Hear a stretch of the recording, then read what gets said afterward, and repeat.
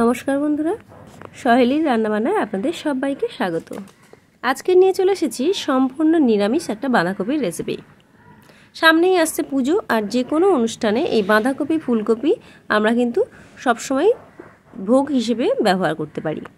ভোগের জন্য এই সম্পূর্ণ নিরামিষ বাঁধাকপি কিভাবে রান্না করবেন তার একটা ছোট্ট রেসিপি আপনাদের সঙ্গে শেয়ার করলাম। এই বাঁধাকপি রান্না করার জন্য একটা স্পেশাল ভাজা মশলা আমি রেডি করে নিচ্ছি। 1 চামচ জিরে, 1 চামচ ধনে, একটা শুকনো লঙ্কা, একটা তেজপাতা, 2টো এলাচ ভালো করে একটু ভেজে গুঁড়ো করে নিতে হবে। এই ভাজা মশলায় তরকারির স্বাদ কিন্তু ভীষণ ভালো হবে। কড়াই বেশ কিছুটা পরিমাণে তেল দিয়েছি, তার মধ্যে গোটা জিরে, শুকনো লঙ্কা, তেজপাতা ফোড়ন দিয়ে দিচ্ছি। যেহেতু নিরামিষ তরকারি একটু বেশি পরিমাণেই তেলটা দিতে হবে।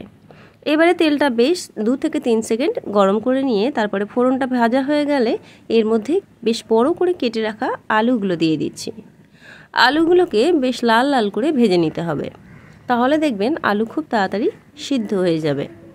তো আলুটা দেওয়ার পর বেশ ভালো করে আমি এটাকে একটু ভেজে নিচ্ছি। সাথে সাথেই 2টো চেরা কাঁচা লঙ্কাও দিয়ে দিচ্ছি। ঝালটা আপনারা আপনাদের আন্দাজ বুঝে দেবেন। তো দেখুন আলুটা বেশ কিছুক্ষণ নাড়াচাড়া করে নিচ্ছি। আলুটা বেশ কিছুক্ষণ ভেজে নেওয়ার পর এর মধ্যে দিয়ে দিচ্ছি কুচিয়ে রাখা টমেটো। চাইলে আপনারা টমেটো পেস্টও দিতে পারেন। আমি এখানে 2টো টমেটো কুচি কুচি করে কেটে রেখেছি। টমেটো দেওয়ার সাথে সাথে দিয়ে দিচ্ছি বেশ অনেকটা পরিমাণে আদা বাটা, মানে প্রায় 2 চামচ পরিমাণ আদা বাটা। এবারে কিছু গুঁড়ো মশলা অ্যাড করে দেব, যেমন হলুদ গুঁড়ো, লঙ্কার গুঁড়ো, জিরে গুঁড়ো, ধনে গুঁড়ো, পরিমাণ মতো লবণ দিয়ে বেশ ভালো করে মশলাটাকে কষিয়ে নিতে হবে। যদি প্রয়োজন হয় সামান্য একটু জল দিতে পারেন যাতে না মশলাটা পুড়ে যায়। তো দেখুন খুব ভালো করে মশলাটা কষিয়ে নিচ্ছি। মশলা ততক্ষণই কষিয়ে নিতে হবে যতক্ষণ না টমেটোটা গলে যাচ্ছে আর এদিকে আদার কাঁচা গন্ধটাও চলে যাচ্ছে। মশলা খুব ভালো করে কষিয়ে নিয়েছি, প্রায় 3 থেকে 4 মিনিট ধরে নাড়াচাড়া করে নিয়েছি। এবারে এর মধ্যে কুচিয়ে রাখা বাঁধাকপিটা দিয়ে দিচ্ছি। আপনারা চাইলে বাঁধাকপিটাকে ভাবিয়ে নিতে পারেন, তবে আমি আর আজকের বাঁধাকপিটা ভাবাইনি, একদম মিহি করে কুচিয়ে নিয়েছি। তো একেবারেই বাঁধাকপিটা দিয়ে দিচ্ছি। অল্প অল্প করে বাঁধাকপিটা দিয়ে একটু ভালো করে নাড়িয়ে নিতে সুবিধা হয়, তাই আমি অল্প অল্প করে বাঁধাকপিটা দিয়ে একটু নাড়াচাড়া করে নিচ্ছি। এইভাবে আপনারা রান্না করে লক্ষ্মী পুজোর ভোগেও আপনারা দিতে পারেন।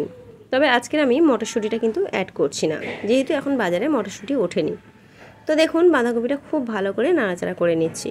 বাঁধাকপিটাকে খুব ভালো করে একটু কষিয়ে নিতে হবে সমস্ত মশলার সঙ্গে, তাহলে কিন্তু খেতে দুর্দান্ত হয়।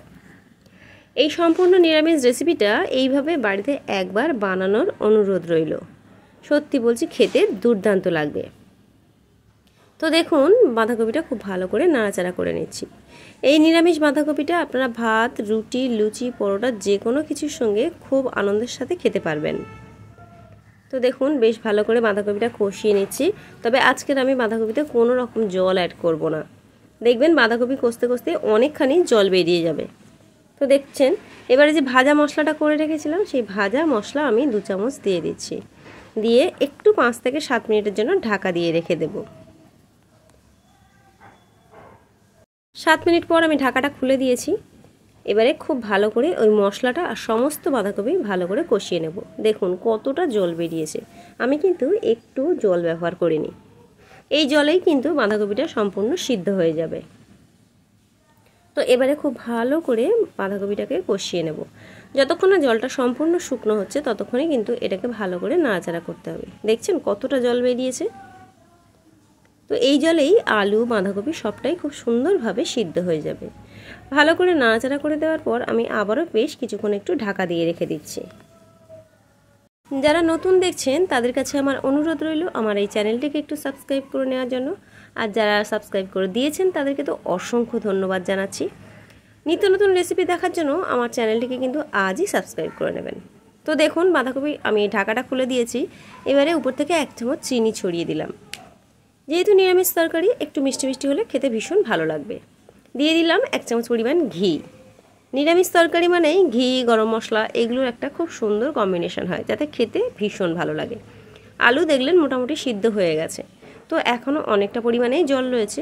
তো এটাকে আরও একটু নাড়াচাড়া করে শুকিয়ে নেব। বাঁধাকপিও দেখতে পাচ্ছেন খুব সুন্দর কিন্তু সিদ্ধ হয়ে এসেছে। তো ঘি আর চিনিটা দেওয়ার পর আমি বেশ কিছুক্ষণ একটু নাড়াচাড়া করে দিচ্ছি। যতক্ষণ না শুকনো মতো হয়ে যাচ্ছে ততক্ষণ কিন্তু এটাকে একটু নাড়াচাড়া করতে হবে। আর এই সময় গ্যাসের ফ্লেমটা কিন্তু একদম ফুল দেওয়া থাকবে। এবারে উপর থেকে ছড়িয়ে দিচ্ছি একটু গরম মশলা। আবারও বেশ ভালো করে নাড়াচাড়া করে নিতে হবে। দেখুন অনেকটাই শুকনো হয়ে গেছে। গরম মশলা দেওয়ার পর বেশ ভালো করে সবটা মিশিয়ে দিলাম। তো বাঁধাকপি কিন্তু আমার একদম রেডি হয়ে গেছে। দারুণ স্বাদের এই রেসিপিটা একবার হলেও বাড়িতে বানানোর অনুরোধ রইল। রেসিপিটা খুব সাধারণ কিন্তু খেতে হয় দুর্দান্ত। দেখুন তরকারি আমার একদম রেডি। কেমন লাগলো আজকের এই সাধারণ রেসিপি কমেন্টস করে জানাতে কিন্তু ভুলবেন না। দেখা হচ্ছে পরের ভিডিওতে। টাটা।